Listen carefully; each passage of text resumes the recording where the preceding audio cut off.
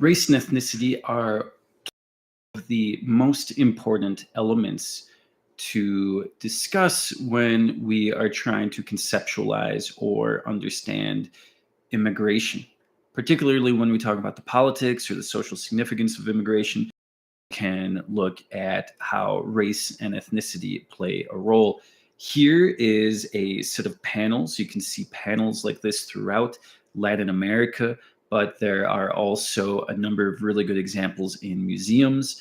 The Denver Art Museum has a really good similar example of this that takes up a whole wall that you can go visit. I've visited it many times in the past. What you can see here are 8 different categorizations of race, a combination of 2 different races creating a third categorization of race. And this was an important process or an important way to categorize individuals during the Spanish colonial era. So you have here in that first one in the upper left-hand corner, you have Español con India, makes a mestizo. Maybe you've heard that term mestizo in the past, but that is mostly someone from Spanish descent mixed with a indigenous person creates a mestizo child. We can see a mestizo con española. So a mestizo with a Spanish person makes a cantizo. And then it goes on and on and on. We can also see that there are people from Africa that are also placed into this calculation of race. And these types of calculations and categorizations were really important for deciding who got access to what land, what types of families and children were seen as legitimate, and then who would have access to political authority and political relevance. It was really a way to codify who was different and who belonged. And this was all circulating within a burgeoning immigrant society that took place after the Spanish conquest. Indigeneity is also something that is significant to explore in this context. I would argue that being indigenous means being of the land, someone who is of the land, rather than saying that the land is of someone, right? So thinking about a person being a part of the land versus a group of people possessing the land, right? There's 2 different sort of concepts that we can think of. And this plays a role when you have things like European colonization and European immigration take place. We have this desire to erase the past. We have this desire to look at contemporary immigration and use that as a for the end all be all, naturalizing what has been or what will be. And this can sometimes be academically and politically. We are just erasing people. Here is an example of how erasure works. We have Tom Torlino before in 1883. He was most likely a young man. I believe he was 16. He was sent off from his reservation to what was known then as an Indian boarding school. And he was forced to cut his hair, change his clothes, and he could no longer speak his own language. And I believe he was Cherokee. He was forced to be Western. He was forced to assimilate within this immigrant identity that did not exist a few hundred years before in the United States. So ethnicity, immigration, being indigenous, being new has all these very significant social consequences. Can also have, and this relates to some of those images that I showed earlier on in the lecture from Jacob, but the Great Migration. African Americans have a strong connection to the South and forced migration to the South from Africa over the course of 200 years, namely referring to the process of enslavement and slavery. People stayed in the South, but for most noteworthy Jim Crow laws, which forced segregation, most of these African Americans desired to move out of the South. So during the 1910s and the 1930s, you see a mass migration to industrial centers in the North. Here we have in Wisconsin, we have a significant number of people coming from Mississippi to Wisconsin. And still to this day, you'll have people who have cousins and grandparents from Mississippi come up and visit them in Milwaukee. This was something I grew up with and would frequently see. We can see that African Americans from Arkansas, Louisiana, and Texas migrated through southern Colorado. So there were some noteworthy African American communities in southern Colorado during this time. Those have more or less been assimilated and destroyed through various different segregationist policies. And we see the end of the road for African Americans on this route was mostly going to the West Coast. Race is a cultural category. Once again, we see that there's all these different ways. So this is related to African Americans, but we can also see similar types of caricatures getting used to describe immigrants in from other parts of the world. So this was a minstrel show, is from the Jim Crow South. Jim Crow was the name of the most popular minstrel character, where more or less white people would paint their skin black. They'd use charcoal and stuff like that. Very racist history. The representations, and these are representations that were also assigned to immigrants, but lazy, ignorant, superstitious, hypersexual, prone to thievery and cowardice. And then what we see is that there's these very real effects when you have people being caricatured as different. It marginalizes Black actors or immigrant actors. It helped to justify prejudice and helped to justify segregation. I show people this often, and so I definitely don't show people this lightly, but I show it to people often when talking about race, talking about Milwaukee, talking about difference, talking about ethnicity. This is an image that was taken in 2012. It is a group of seventh graders in the town I grew up in, New Berlin, which is in Waukesha County. It's right next to Milwaukee County. New Berlin is a 95% white town. The town did not exist 70 years ago in the same way that it exists now. It's mostly made up of people who immigrated to the United States 2 or 3 generations earlier. And what you can see, if you look closely at this, you can see that same strategy of minstrel show, that same strategy of depicting non-white people as being different in some way. They're still painting their face. They're still saying whiteness is the norm, this immigrant whiteness is the norm, and other types of difference, either comical or just types of costumed fantasy. Really, really problematic. So think about this, cultural representation when it comes to immigrants, race and ethnic identity when it comes to immigrants. So now white people in the United States, just a few generations removed from being immigrants, are now seen as the dominant norm, and they construct this identity of normalcy against other new forms of change and new types of immigrants coming through. And there's also an element of visual history that we can explore and unpack. But this is when I see images like that, when I see images of people trying to paint and depict difference, those are the types of things I see. Waukesha, so the same county where that image from 2012 was taken, they recently wanted to get rid of Indigenous Peoples Day.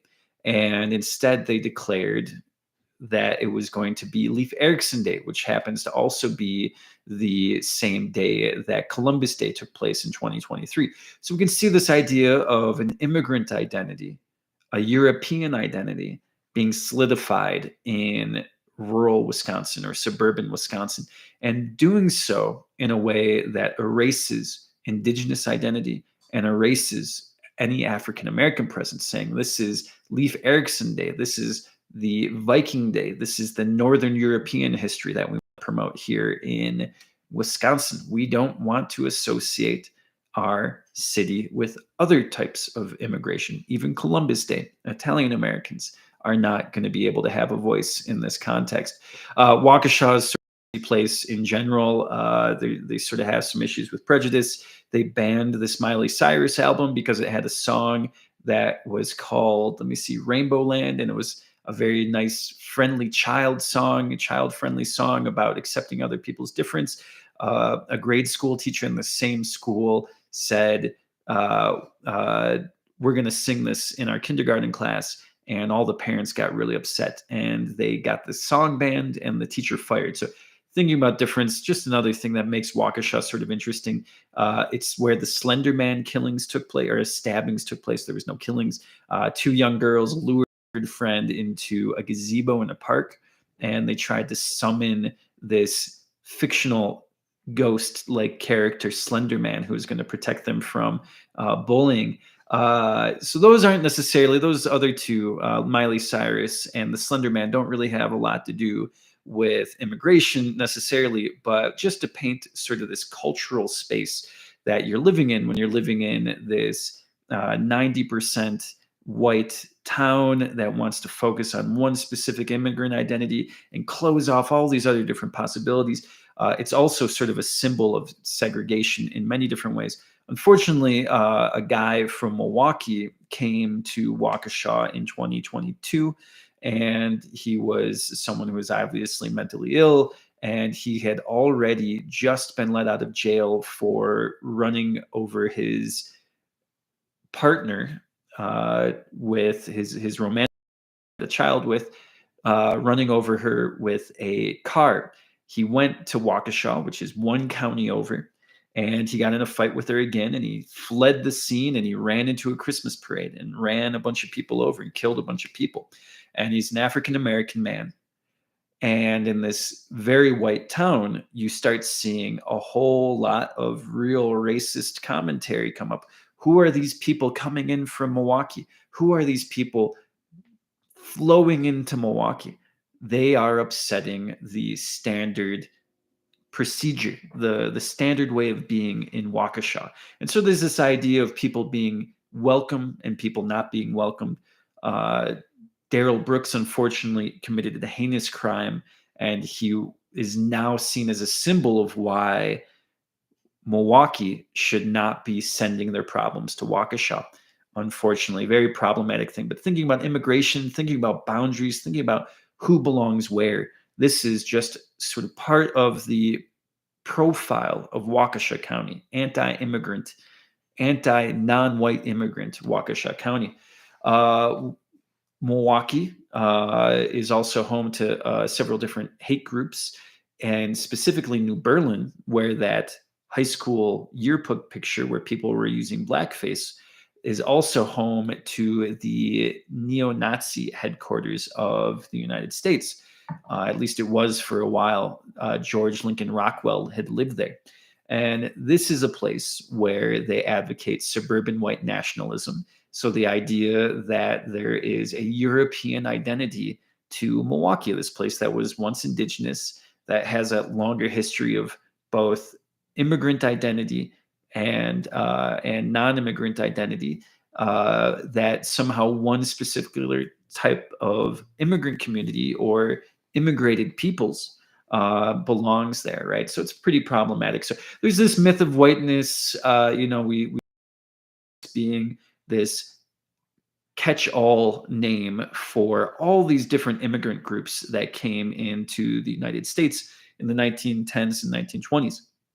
Before then, people were describing people as white or non-white, but it was very much an era when your nationality or where you came from determined what access to society you had. So here's just some caricatures that we can see describing Irish people as apes. For example, I think if you look at contemporary United States, calling an Irish person an ape or anyone an ape would be very problematic. But we can see, particularly talking about an Irish person, it would just not be in line with our racial concepts of what is the United States. And this is in large part because we went through this process that several scholars have called the melting pot. You come to the United States, you shed off your immigrant identity, and you enter this sort of white majority. And it sort of erases a lot of that immigrant difference from you. So I talked a little bit about this. How do you experience race? Talking about autoethnography. This is an anthropological concept. Performing observing the world around you is a way that you could describe autoethnography. Very familiar to many anthropologists and anthropology students, spending a long time just sort of observing and watching the world around you. You can also see this as an element of understanding your own social environment. So I did this throughout the lecture today. I looked at how individuals experience race. How do you experience racialized situations? How do you view others in terms of race or ethnicity or nationality? What institutional conditions define your views on nationality and immigration? What family conditions determine how you view ethnography? And once again, I have this definition here: autoethnography, or long-term participant observation, where you center your own experiences and cultural conditions. I'm going to be asking you to do this throughout the semester. So here's an example of my surname, my former surname. Uh, my last name now is Scott. If I was just 2 generations earlier, before my grandma changed it, would be Skaczynski. If I kept my mom's mother's maiden name from Lithuania, it would be Sveikata. And I have this sort of passive Polish immigrant identity that has always sort of been sent to me through my family's lore and all these different stories that get told around family dinners. And it's once again really interesting for me, just like that Irish reference there. How could I imagine discrimination against a Polish person? That was something that was always sort of random and abstract to me. And if you look here on the right hand side of the screen, this is taken from rural England. There were a prohibition, and they got a lot of problems and a lot of critique for this. But they banned Polish and Eastern European fishermen from going to parks, and it was very racist and problematic 10 years ago in England, but it's still a type of discrimination against immigrants that exists today. Discrimination against Polish immigrants in England.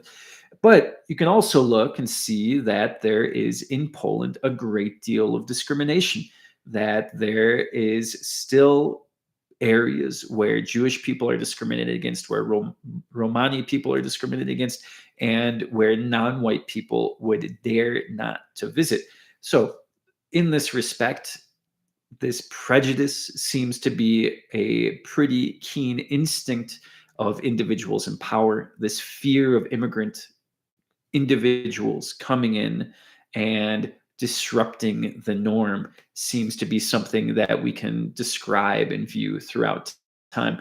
If we look, the United States is one of the most significant populations of indigenous people, 6 million people. China has 125 million. If we look at places like the western part of China, where there's Muslim and Tibetan minorities, that's where you see a lot of immigrants there. Algeria has like 12 million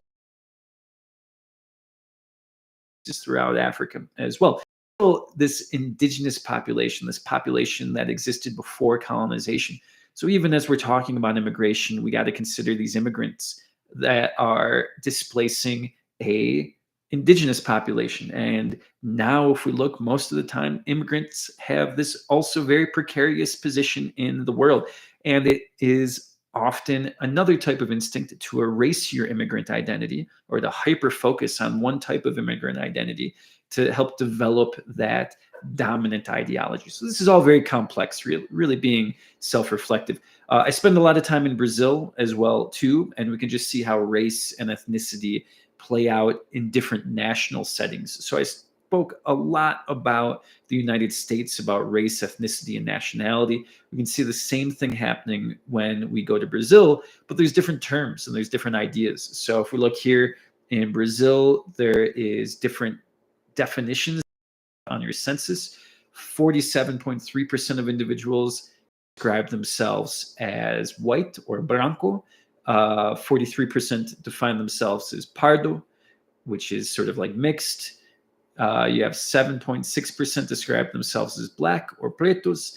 Amarelos or yellow. Unfortunately, that sounds really racist in our terms in the United States, but that would be people of Asian descent. In Brazil, Sao Paulo, I think, has 2 million people that are descendant of Japanese immigrants. And that was a huge immigration process in the 1910s to 1930s. And then you have less than 1%, which identifies indigenous. Now, we take these pieces of identity, and all of these individuals might have some type of indigenous background. All of these individuals might have some immigrant background as well. But these are just the categories in terms of how individuals self identify. Here's another breakdown here. We can see that the majority of the white population in Brazil is in this southern part. This is where you get people like Gisele Bündchen, the supermodel, who is like a 6 foot tall white supermodel, to say the least. If you don't know Gisele, look her up. She definitely looks white. She's a combination of German and Italian heritage, and that southern part of Brazil is a lot of this German Italian heritage mix. You don't have a lot of people identifying as black, brown, or indigenous. If you go to the northern part of Brazil, you have a lot more people identifying as either black or brown and mixed. So you can see that even the geography within Brazil, where specific groups of immigrants and migrants went, has a significant impact. You can see that miscegenation is also very important. This idea of mixing two different social groups is much more common in Brazil than it is in the United States, where we're looking at different forms of segregation. If you look at this photo here, you see people in terms of US terminology, people that would most likely represent every single race. That is something that you will see 100% on the street in Brazil in friend groups. You don't have this idea like I only have white friends or black friends that you would see in places like Milwaukee, based in racism, based in these sort of colonial categories of who belongs and who doesn't belong. In Brazil, you see people marrying across racial lines, across class lines a lot more. And this is, I believe, a direct result of slowing immigration to the country. There's not a lot of immigration to Brazil anymore. But if you looked at the 1890s to 1900s and 1920s, you'd see very similar rates of immigration that took place in the United States at the time. You see a lot of Italians and Germans and Portuguese moving into Brazil, unlike you see in any other generation. And since then, you don't have a lot of immigrants. So what do you have after immigration? You have this miscegenation that takes place. Another thing that's important when thinking about this, when thinking about race, is you have people transitioning from this national identity, this nationalist identity. Like you will have very few people in Brazil that say, I am Polish or I'm Polish American. They might have a Polish last name, but they will not say they're Polish or Polish American. It would just be sort of bizarre. Instead, you see a lot more people focusing on the idea of color and the idea of tone. So you see people identifying not in terms of race necessarily, not in terms of nationality or national descent, but what they look like at that moment. Once again, a different way of erasing immigrant identity. You have quilombos and aldeias. These are two different types of indigenous communities that exist in Brazil. Quilombos are descendants of enslaved African people who escaped from the plantation, and aldeias are indigenous communities. Both of these communities have a strong connection to internal migration, and they often have been forced further into the interior of Brazil over time. So they've had to do this sort of internal migration. So in conclusion, what we can see, just sort of did a really big overview. I wanted to just really show you how you could talk about migration and immigration.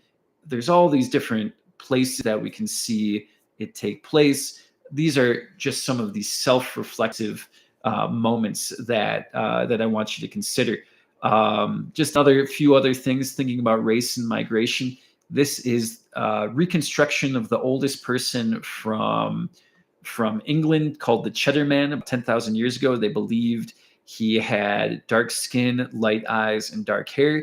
And they found genetically someone who lived in the region that was a very close match to the Cheddar Man. And if you look, he sort of looks very similar. The reconstruction was done before they found the guy, and he looks very similar, besides a little shift in tone, a little shift in color, skin pigmentation from the initial one. So we can think about some of the first immigrants and how the same populations are bound to change over time as well. So even an immigrant population is not a static community, but something that can be plastic and change over time.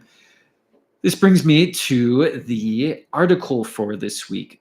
We'll get into a little bit more how to read these articles in a little bit more detail in the coming weeks, but I just pulled some very basic facts and very basic arguments, things that I thought were really interesting for this. So this is looking at, it's an article by Solano and Huddleston, and they are looking at all the different ways that we measure immigration policy across the globe. And they found 67 reliable immigration policy indicators. I'm just going to read this here. The 67 existing indexes show that they disproportionately focus on immigration policy, mainly admission and citizenship in OECD and particularly Western European countries, so developed countries and Western European countries, with limited opportunities for longitudinal analysis of policy change. So we see that there's some very basic indicators, but there is still a lot that we can explore about immigration beyond these indicators. This is just some conclusions that I pulled from the article. Indicators on migration policy allow policymakers to understand the state of their policy and compare their country with others. Indicators are also useful to monitor countries' progress on the sustainable development goals. So what's the quality of life? What's the education level? What's the health level of these countries?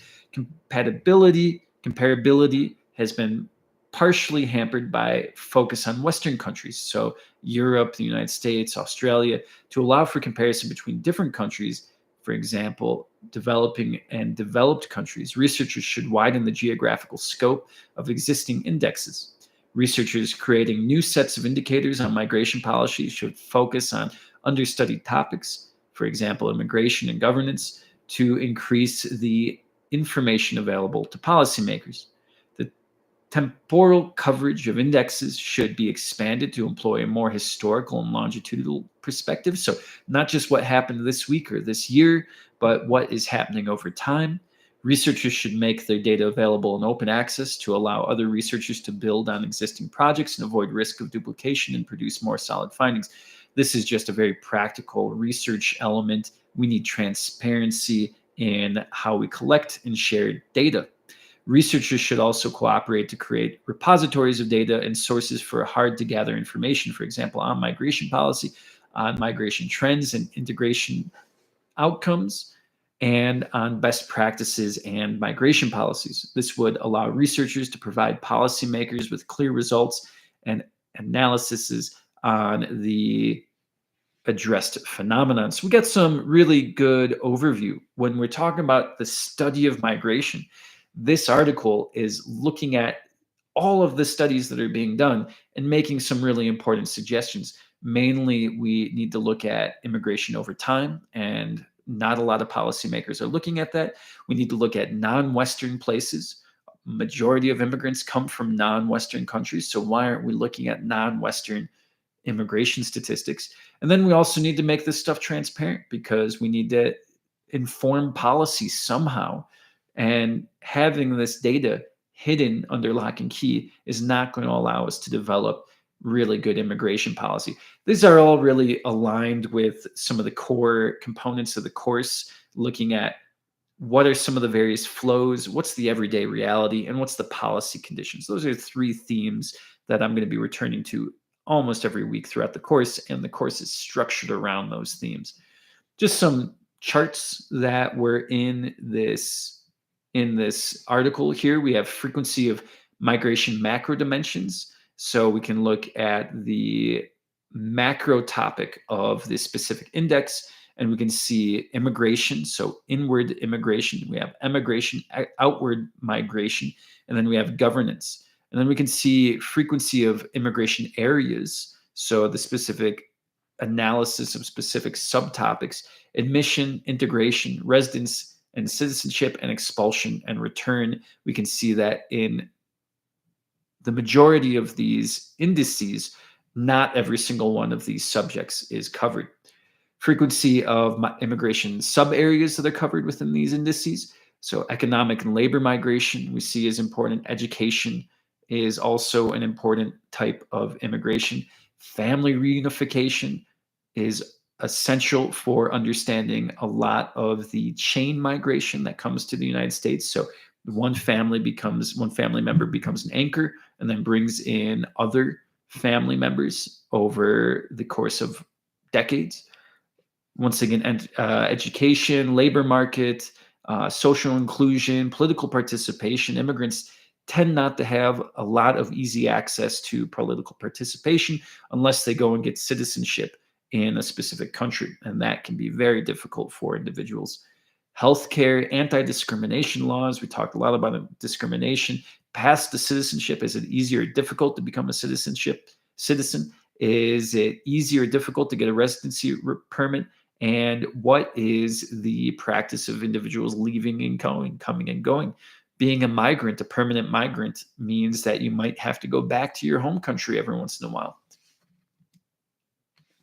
And we can see the countries in the first position, number of indexes covering the country. So the majority of these indexes cover Germany, UK, France, and the Netherlands, Italy, Spain, Sweden, Belgium, Australia, Denmark, and Ireland. We can see that there are mostly European countries covered in these indexes. This is, once again, that critique of non-Western countries. I'm not seeing one non-Western country depicted on this chart. So the top 20 positions, all of them are focused on European or European descendant countries. So once again, second conclusion, promise this is the second conclusion. Immigration, race, and ethnicity are a social construct. We develop them and build them over time. Immigration is ultimately a perceived process, something that takes place over long periods of time, even beyond our lifetime. And then borders are also plastic. Borders shift and change. They mean different things to different countries and different peoples. And so we can explore and discuss that throughout the rest of the semester.